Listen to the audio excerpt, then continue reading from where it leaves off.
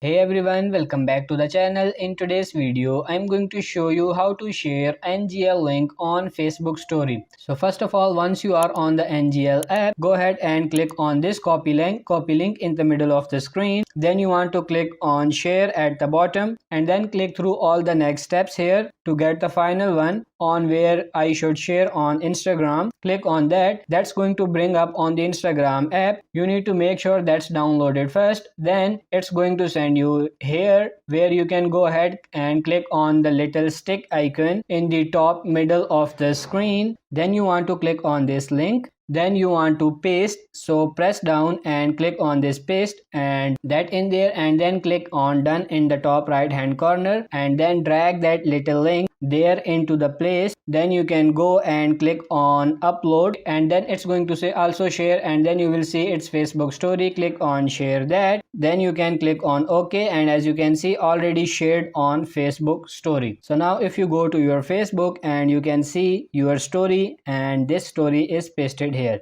So that's pretty much it for this video. I hope this video was helpful. If it is, like it and subscribe to the channel. Thank you.